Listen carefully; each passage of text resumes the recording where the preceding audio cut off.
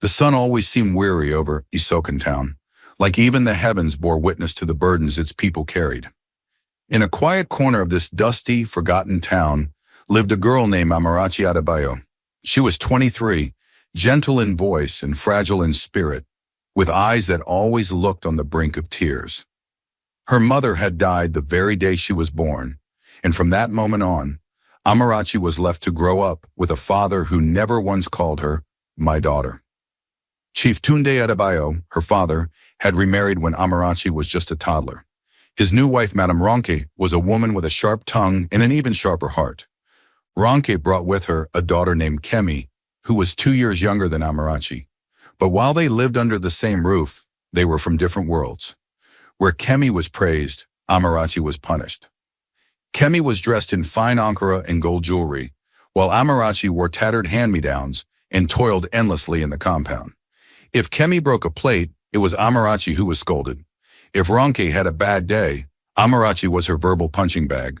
Though the house was spacious, it was no home for her. She was the maid, the unwanted shadow. Never once was she treated like a daughter. Yet there was one place Amarachi found solace, the old storeroom behind the kitchen. It was her hidden haven. Inside she kept her most treasured possessions, torn pieces of fabric, a worn-out pair of scissors, a box of colored threads, and a secret sketchbook. Whenever she could steal a few moments alone, she would sit and draw.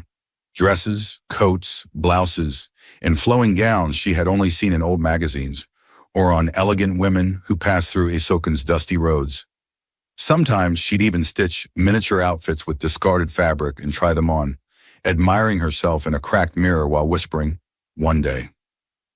Her dream was simple, yet bold, to attend fashion school and build a brand that made clothing for girls like her, girls told they were nothing. But in Isokan, dreams like that came wrapped in chains. Still, Amarachi clung to hers like a lifeline. Meanwhile, in the bustling city of Riverview, just a few hours from Isokan, rain had just stopped. The streets shimmered like glass beneath the city lights. Chief Tunde was there, chasing what was left of his crumbling timber business. His face was drawn with exhaustion, his phone buzzing with overdue bills and complaints from angry workers. Nothing seemed to be working anymore. While wandering aimlessly through the wet streets, he noticed a man trimming hedges in front of a pristine white house. The man's gray shirt was soaked with sweat, and his hands were dirty with leaves and soil. As the man turned around, their eyes met. "Kabiru?" Chief Tunde called out, startled. The man straightened slowly, wiping his brow. "Tunda, my God, is that really you?" It had been over 15 years since Chief Tunde had last seen Kabiru Lawal, once a polished and respected businessman who had helped him start his very first company. Now Kabiru was a gardener. They shook hands and Kabiru offered a small, tired smile. "You look well," Chief Tunde grunted. "I've seen better days. What about you?" Kabiru sighed. It's a long story, one of betrayal and loss. He shared how his business partner had ruined him, how the board had turned on him, and how all his savings were swallowed up in legal battles. "I lost everything, but the homeowner here is kind. Let me stay in the boys' quarters. I've got my son at least." "Obina, right?" Chief Tunde asked, remembering the boy. Kabiru's smile faded. He had a terrible accident. Now he's in a wheelchair, barely speaks. "I wish I could get him a wife, someone to care for him. But which woman wants a broke man who can't even walk?" Chief Tunde's mind began to spin. A poor father, a disabled son, and then lightning struck. "Amarachi." He leaned closer. "Kabiru, I think I can help." Kabiru looked up. "How?" "I have a daughter, quiet, hardworking. She's of marriageable age. Maybe she can marry Obina." There was no warmth in his tone, just sharp calculation. Kabiru hesitated. "That's a big offer. Are you sure?" Chief Tunde waved dismissively. "Don't worry. She's not doing anything useful anyway. This could help you both." But in truth, Chief Tunde didn't care about Kabiru or Obina. He saw a way to get rid of a girl he'd never loved. One less burden, one less mouth. Kabiru nodded slowly. "Let me speak to Obina first." As they exchanged contacts, Chief Tunde walked away smiling. He had no plans to ask Amarachi what she wanted. This for him was perfect. Chief Tunde returned to Isukan with something rare on his face. A smile. He wasted no time. That very evening, he called Ronke into the sitting room and laid out his plan. His reunion with Kabiru, the disabled son, and the marriage proposal involving Amarachi. Ronke didn't react with shock. She reacted with glee. She clapped her hands and laughed, her voice ringing through the compound like a victory bell. Ah, finally! That girl will become someone else's headache. Chief Tunde frowned slightly. But the boy is in a wheelchair. Ronke shrugged. Even better. She'll be stuck there. No running back to cry. Besides, who in this town was going to marry her? Just then, Kemi walked in, already dressed in a sleek gown she had begged her father to buy the week before. What's happening? She asked, smacking her gum. Chief Tunde puffed his chest. Your sister is getting married. And Kemi blinked, then burst into laughter. To who? A beggar? Ronke answered, grinning wickedly. Close enough. A poor cripple who can't walk. Kemi whistled mockingly. Wow. She should kneel and thank us. No one else would ever want her. Not one of them thought to inform Amarachi. Not that night. The next morning, Kabiru Lawal arrived in a humble but tidy outfit. He looked around the compound silently before Ronke called Amarachi from the backyard, where she'd been washing clothes since dawn. Pack your things, Ronke snapped. You're leaving. Amarachi paused, blinking at her. Leaving? Where? Your husband is waiting, Kemi added, crossing her arms smugly. Hope you like wheelchairs. Amarachi's hands dropped the wet shirt she was rinsing. What are you talking about? She asked, her voice cracking. Chief Tunde appeared behind her. I've married you off to Kabiru Lawal's disabled son. You're leaving for Riverview today. Tears welled up immediately. To who? Why? I don't even know him. To a man who needs a wife, Chief Tunde snapped. I've collected the bride price. It's done. You should be grateful. You're finally useful. She looked around the compound, searching for a single sympathetic face. No one even looked her in the eye. Her lips trembled. But I've never met him. What if he doesn't like me? He doesn't have to like you, Ronke spat. And you don't have to like him. Just do as you're told. And that was it. With nothing but a threadbare bag and her precious sketchbook clutched under her arm, Amarachi followed Kabiru out of the compound. No hug, no blessing, no goodbye. Just silence. The journey to Riverview was quiet. Amarachi sat by the window of the commercial bus, her eyes wide as the city approached. The roads were smooth and wide. The buildings were tall, clean, and glassy. People walked briskly in elegant clothing, heads held high, phones in hand. It was a different world. Eventually, they arrived at a large, quiet compound surrounded by flowering trees and elegant hedges. Kabiru led her past the main house into a smaller building tucked away at the back, a neat, clean boys' quarters. This is your new home, he said kindly, offering a faint smile. Amarachi looked around. The space was modest but tidy. A small parlor, a clean bathroom, a simple bedroom. It was the calmest place she'd ever stepped into. I'll go bring Obina, Kabiru said softly, and disappeared. Amarachi sat at the edge of the bed, her heart pounding. A few minutes later, the door creaked open. Kabiru wheeled in a man, tall, sharply featured, with intense eyes and an unreadable face. His clothes were clean but plain. This is Obina, Kabiru announced, your husband. Obina didn't look at her, just nodded slightly. Hi, Amarachi said timidly. He glanced at her. You don't have to pretend. She blinked. Sorry? I know why you're here, he said flatly. You married me for whatever crumbs my father has left. Just play your role and I'll play mine. Amarachi opened her mouth, then closed it again. She had left behind one prison and stepped into another. The silence between Amarachi and Obina was cold and unmoving. After the tense introduction, Kabiru cleared his throat and looked at his son with gentle eyes. Obina, try to be kind. She didn't choose this either. Obina's jaw tightened. His hands gripped the arms of his wheelchair, but he said nothing. Kabiru turned to Amarachi, offering a tired but fatherly smile. "I'll leave you two to settle in. Let me know if you need anything." Then he stepped out and closed the door behind him with a quiet click. That first day was the hardest. Obinna didn't speak to her. He stayed by the window or buried himself in a book, his face a blank wall.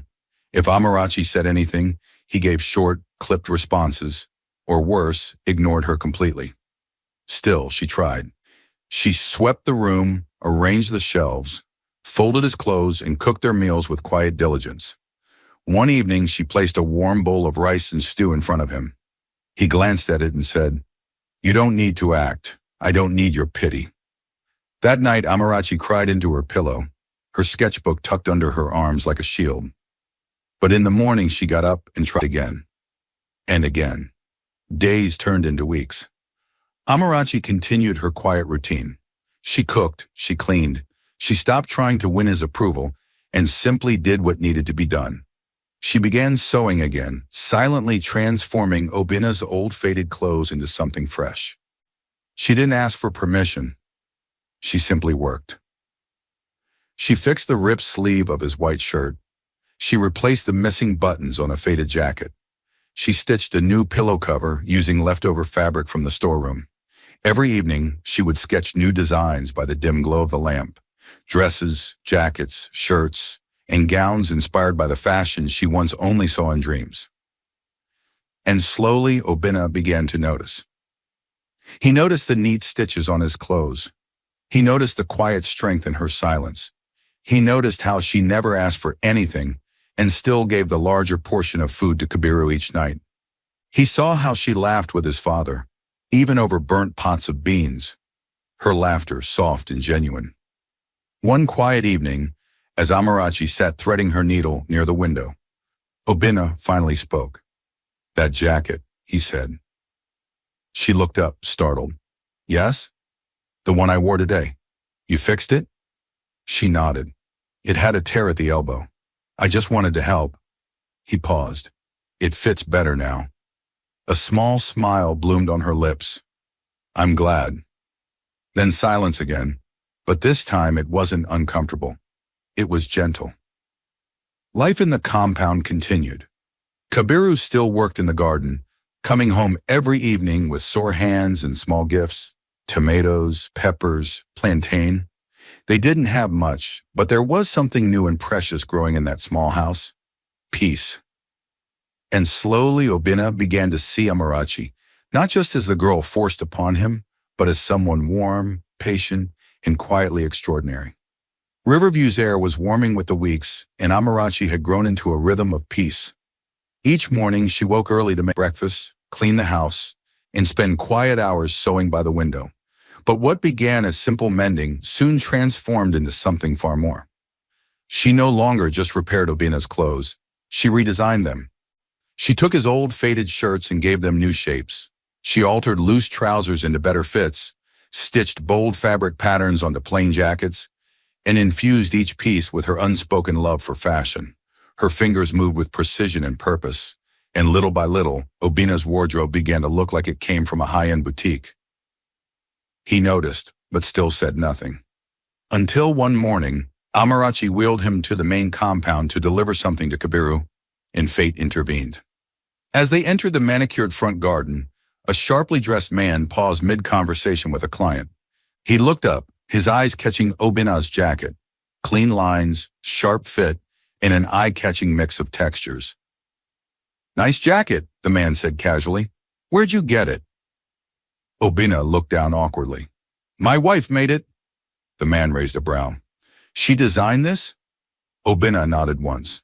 The man studied Amarachi, his expression shifting. "Impressive."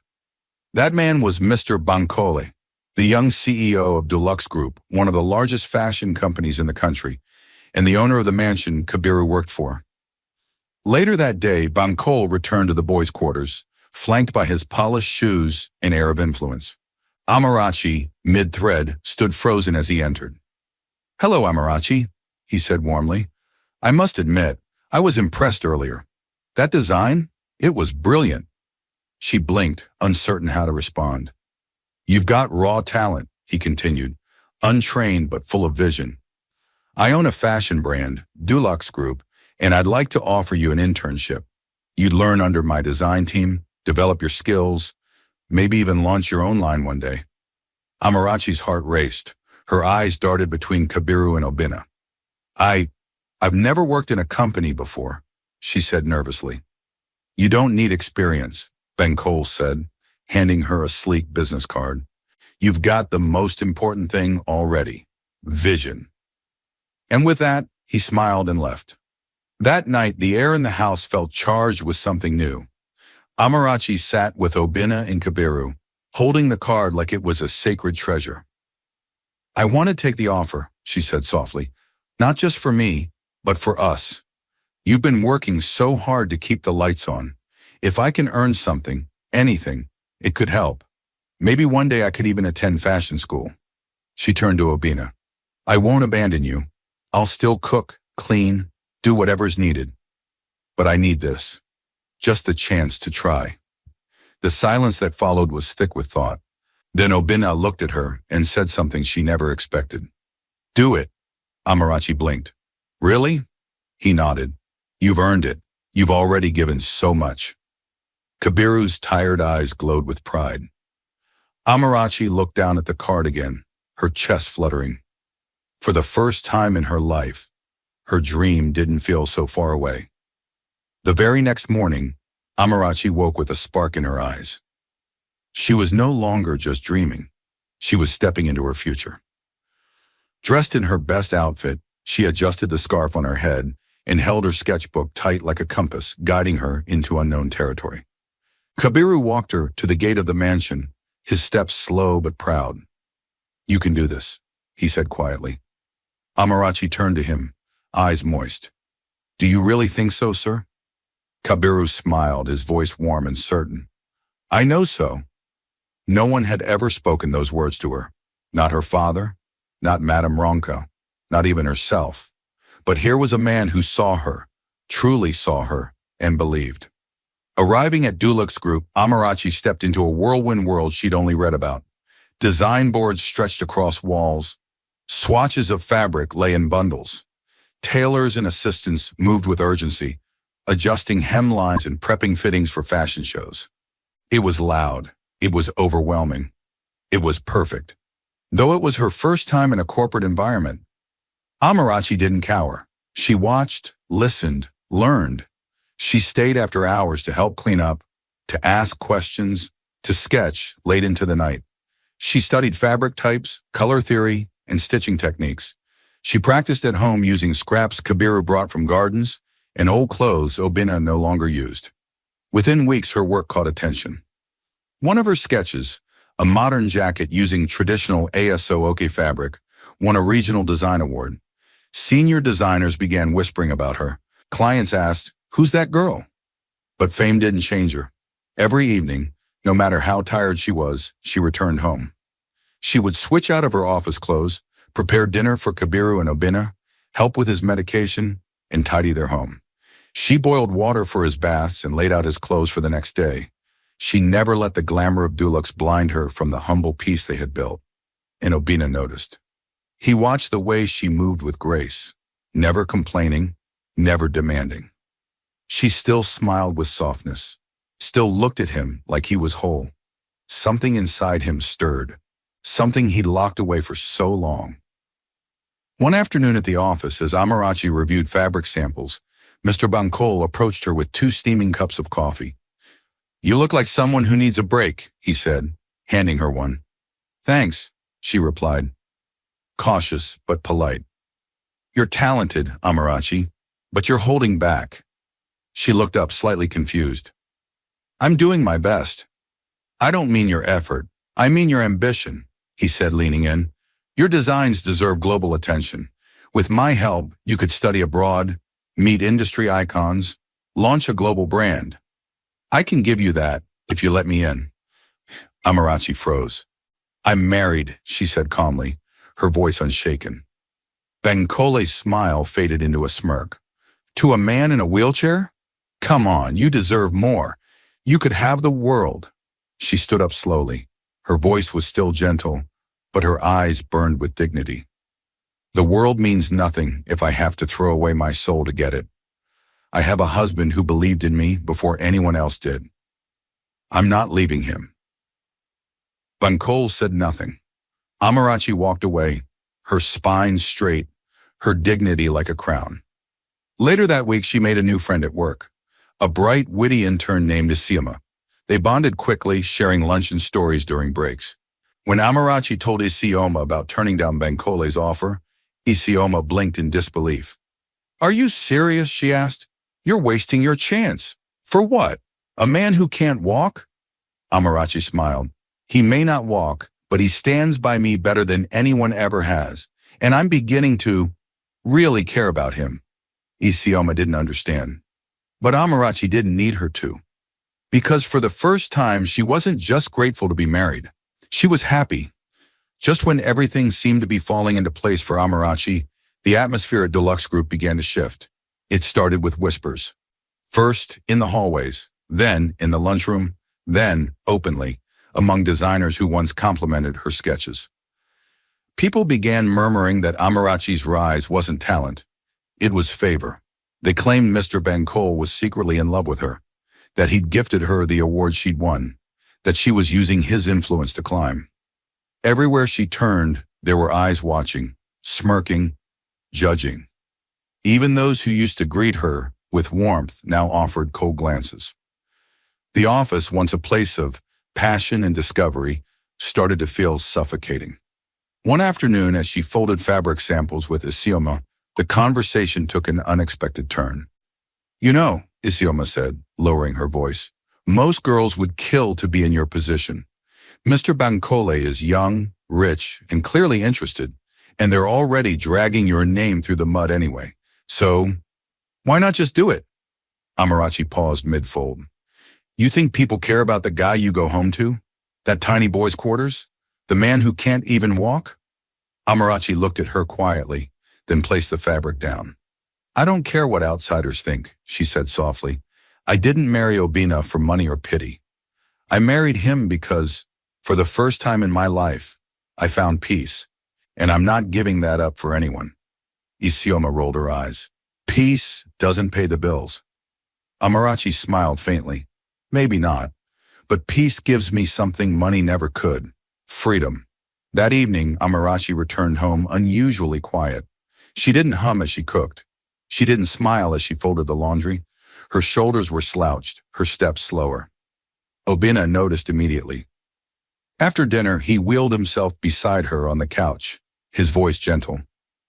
Are you okay? She nodded, but her tired eyes betrayed her. What happened? He asked again more firmly.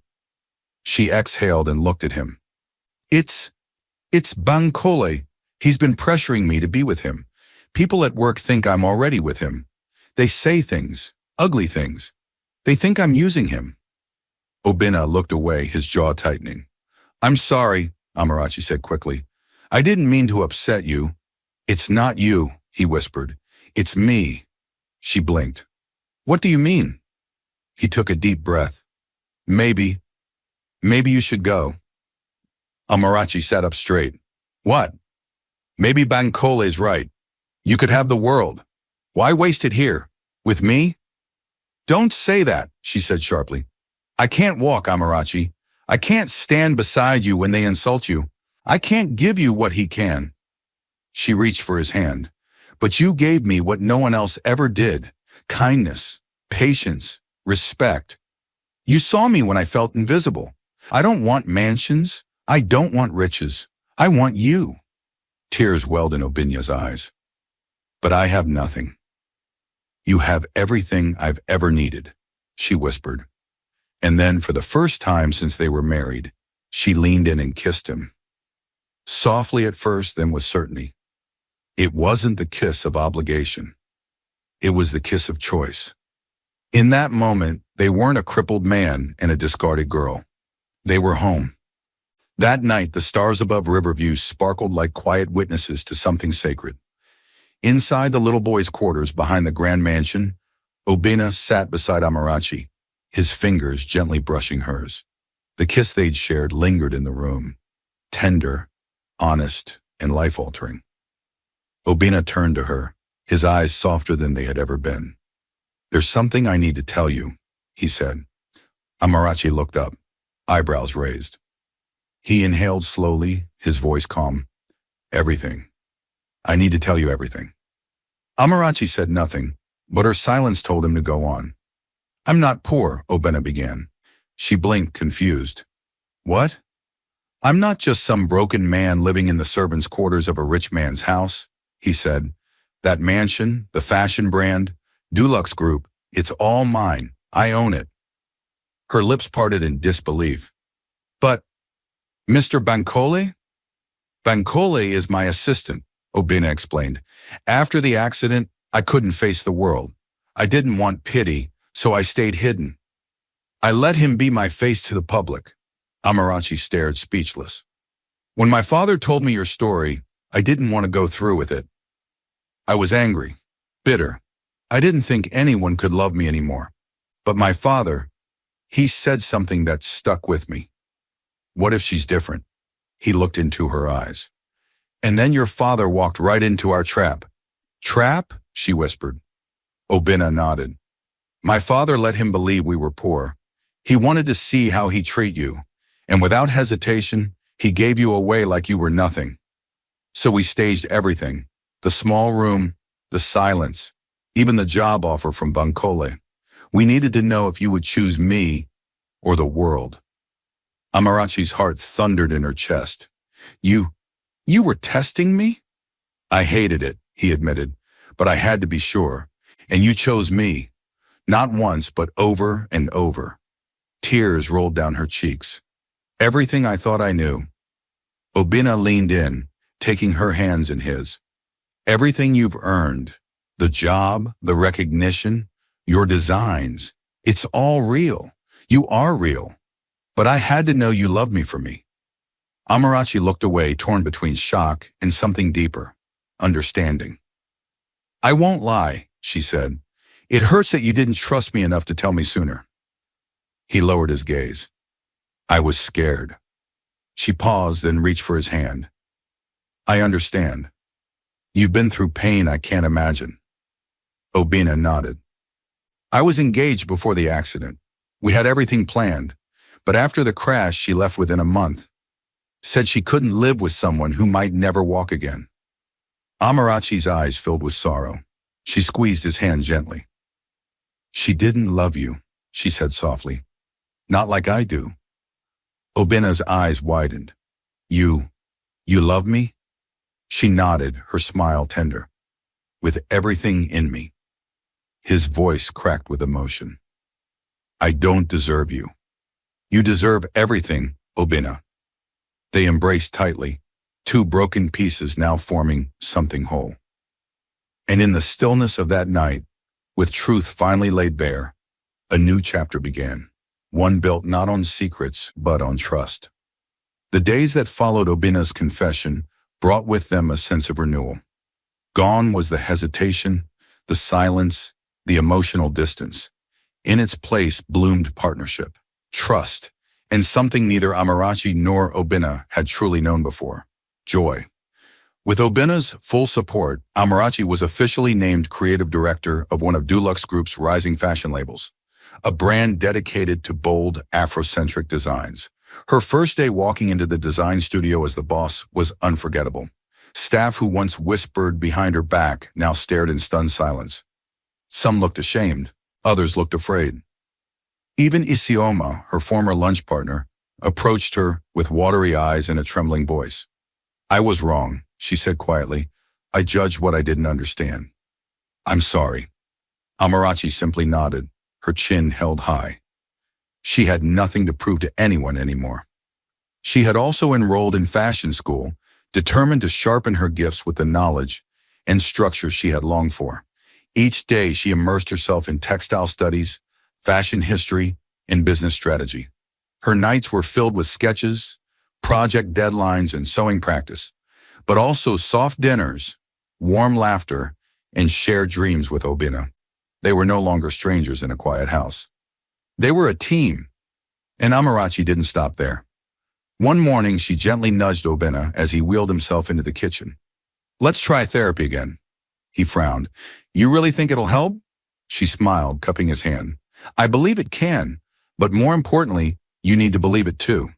He hesitated, then nodded. And so began the next chapter of their healing. Amarachi attended every therapy session with him. She clapped when he stood for 2 full seconds unassisted. She cheered when he took a shaky step during parallel bar training. And when he nearly fell during an exercise, she caught him, laughing as she hugged him tightly. Kabiru watched from the doorway one day, wiping his hands on a towel, his chest swelling with emotion. His once reclusive son, now laughing freely, smiling, living. That evening, he pulled Amarachi aside. "You brought my son back to life," he said, voice cracking. "For that, I'll never stop thanking you." Amarachi shook her head gently. "He brought me back to life too, sir." While their small family flourished, far away in Isokan, a different kind of story was unfolding. Chief Tunde Adebayo sat alone in his office. Empty shelves lined the walls. His phone sat silent, not because his debts were cleared, but because his name was no longer worth calling. The last of his business ventures had failed. He had nothing left. The fall from grace was swift. Ronke was the first to go. One morning, Chief Tunde awoke to an empty house. She had taken everything, clothes, utensils, even the savings hidden beneath the floorboard. Kemi followed suit. No goodbye, no note, only a single sentence scrawled on paper. "We won't stay to suffer. Don't look for us." Now Chief Tunde wandered the streets of Isokan with hollow eyes and heavier steps. And when he had no one else to turn to, he boarded a bus to Riverview. With nothing but a worn bag and cracked shoes, he arrived at the gates of the Dulux mansion. The guards didn't recognize him until he said one name, Amarachi. Inside, Amarachi was in the studio helping Obina adjust a fitted navy blue suit she had designed. When the door opened, she turned casually and froze. Standing there was the man who once tossed her away like refuse. Chief Tunde looked older, weaker, smaller. "Amarachi," he said, barely lifting his eyes. "Please." She stood still, hand on the table, watching. I lost everything," he mumbled. "Ronke left. Kemi too. I have no one, nowhere to go." He bowed his head. "I'm sorry for everything." Slowly, Amarachi walked toward him. The memories flooded her. The beatings, the silence, the day she was sold without a word. And yet, she didn't hate him. "I forgive you," she said quietly. Chief Tunde looked up, hope flickering in his tired eyes. "But," she added, voice firm now, "you will never hurt me again." She pulled out her phone, transferred enough money to cover his rent for a few months, and turned to a nearby assistant. "Make sure he eats before he leaves." Chief Tunde opened his mouth, but no words came. Amarachi returned to Obina's side, never looking back as the door closed behind her. She had chosen peace over revenge. And for the first time in her life, she had the power. After her father's visit, Amarachi didn't cry. She didn't shout or retreat. She simply sat alone in the back garden of the mansion, breathing. There were no tears left for Chief Tunde Adebayo, no bitterness either, just clarity. She had let go. The pain, the anger, the hunger for answers. It was gone, and in its place bloomed something stronger, peace. Inside the house, Obina had watched everything. He saw how she faced the very man who had broken her spirit for years, and how she did it not with vengeance, but with dignity. And something in him shifted. He had spent so long believing he didn't deserve happiness, that love, success, even hope were things he'd left behind the day of the accident. But Amarachi's love had torn through all of that, her courage, her tenderness, her resilience. It reminded him of the man he used to be, and the man he could become again. That week, Obina doubled his therapy sessions. He sweated harder, pushed through the pain, stopped making excuses. Each day he challenged himself just a little more. And then one morning, it happened. While Amarachi was at the design studio reviewing fabric orders, Obina entered the therapy room alone. His hands shook as he gripped the parallel bars. His legs trembled as he positioned them. He took a breath. And then he stood, wobbly, slow, but on his own. Amarachi walked in seconds later, her arms full of sketches and fabric rolls. She stopped in her tracks, staring in disbelief. Obina looked over at her, tears brimming in his eyes. "Surprise," he said with a shaky laugh. She dropped everything and ran to him, wrapping her arms around him as he balanced with the bar. "I knew you could," she whispered into his chest. He held her tight. "Because you believed." Their laughter echoed through the walls, bouncing off the very ceilings that once heard only silence and sorrow. A month later, Obina had another surprise. He blindfolded Amarachi and took her to a quiet neighborhood on the outskirts of Riverview. The car pulled up before a white mansion that sparkled in the late afternoon sun. "Okay," he said, removing the blindfold. Amarachi gasped. The gates slowly opened to reveal a grand estate with lush gardens, tall palms, and a long driveway. Along the walls were framed paintings of her sketches, her first designs, her earliest threads. Obina took her hand. "This is yours." Inside, every room reflected her soul. Her first sketchbook was framed and hung in gold. Her handmade pieces lined display shelves like priceless art. And in the heart of the mansion stood a fully equipped fashion studio, flooded with sunlight and possibility.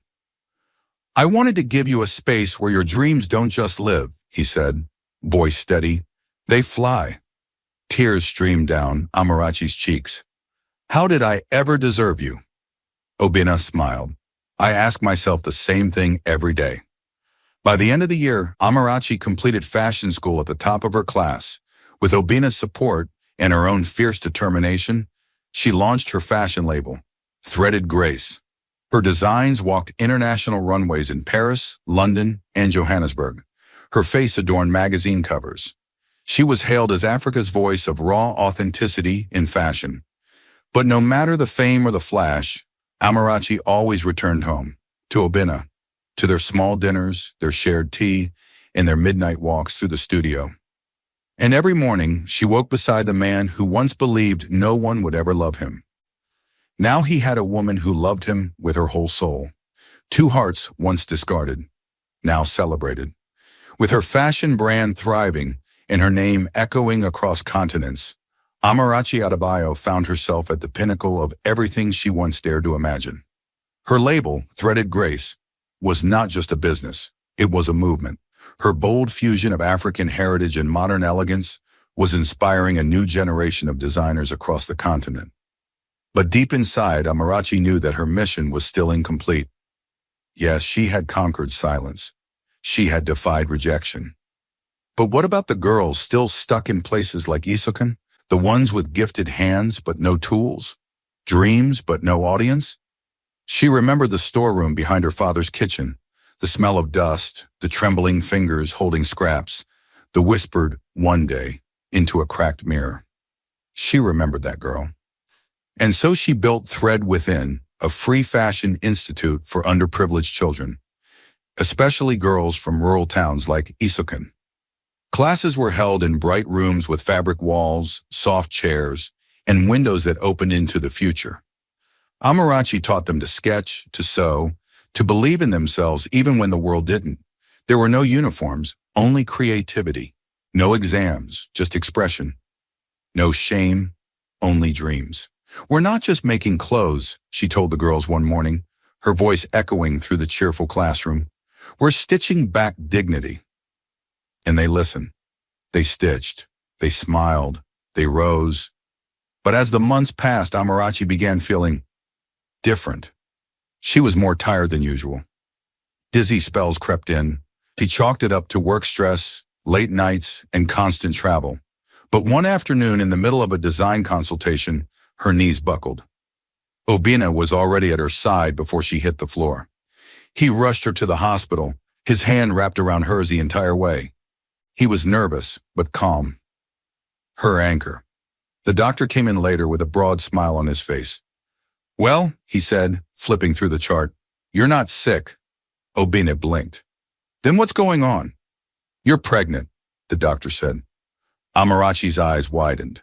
Pregnant? Not just that, the doctor added with a chuckle. With twins. The room went silent. Then Obina laughed, a deep, joyful sound that filled the walls and pushed away every dark moment they had ever known. Amarachi covered her mouth, speechless, then leaned into his shoulder, overcome with emotion. Two hearts, becoming four. A few weeks later, they walked into one of the biggest fashion galas of the year. Flashbulbs exploded as they stepped into the red carpet. But this time, Amarachi wasn't just the girl from nowhere. She wasn't someone's assistant or a pity hire. She walked hand in hand with Obina Lawal, her husband, her love, her anchor. The world now saw them clearly. Survivors, creators, visionaries, side by side. When she was called to the stage to receive the award for Global Fashion Icon of the Year, she stood tall in a flowing Ankara gown, her hand resting gently on her growing belly. She looked out at the sea of faces. Then she smiled. Because once they gave her away like she was nothing. Now she had stitched the world back together in her name. Years had passed. The mansion that once stood as a symbol of mystery now buzzed with the sounds of laughter, running footsteps, and the hum of sewing machines. Thread within had grown into a foundation with branches across Nigeria, then Africa. What started as Amarachi's dream now lived in hundreds of girls, each with their own thread to follow. In a sunlit garden behind the main house, Amarachi Adebayo Lawal sat under a shaded canopy, sketchbook in her lap, eyes watching two little boys tumble across the grass. Her twin sons, Chimdi and Toby, had her energy and their father's calm eyes. They argued over crayons and shared their dreams like candy. One wanted to be a designer like Mummy, the other wanted to build a machine to help Daddy walk faster. Inside, Obina was standing without rails now. He moved slower than most, but he moved, with a cane and with pride. Every morning he still told her, "You saved me." Every night she replied, "You saved me first." They had both saved each other. The studio at the center of their home was filled with memories now. Framed sketches, award plaques, newspaper clippings, and right in the middle, Amarachi's first design, a repurposed jacket she had once sewn from scraps in Isukan. She never removed it. It reminded her of who she was, where she came from, what she survived. Every weekend, young girls from around the country arrived at Thread Within, some barefoot, some bruised, all of them carrying untold stories in their eyes. Amarachi met each one with the same phrase, "Sit down, take this pencil, show me your dream." And they did, because she had walked where they walked. She had been unloved, discarded, silenced. And yet, she rose. Now she stitched futures out of what others threw away. One rainy afternoon, a young journalist from an international fashion magazine sat across from her in the studio. She had flown in from New York to interview the legend behind Threaded Grace. As they finished, she leaned forward and asked, "If you could say one thing to the girl you used to be, what would it be?" Amarachi smiled, her eyes misting over. "I'd tell her, they gave you away like you were nothing," she whispered. "But God was weaving something greater. They never knew you were thread meant to sew the world back together." The journalist blinked, stunned. "And now?" "Now," Amarachi leaned back, her hand resting over her heart. "Now I don't just wear grace, I design with it." Outside, the twins called for her. Obina appeared in the doorway, cane in hand, smiling as always. Amarachi closed her sketchbook and walked into the golden evening, her story no longer hidden in shadows, but stitched forever in light.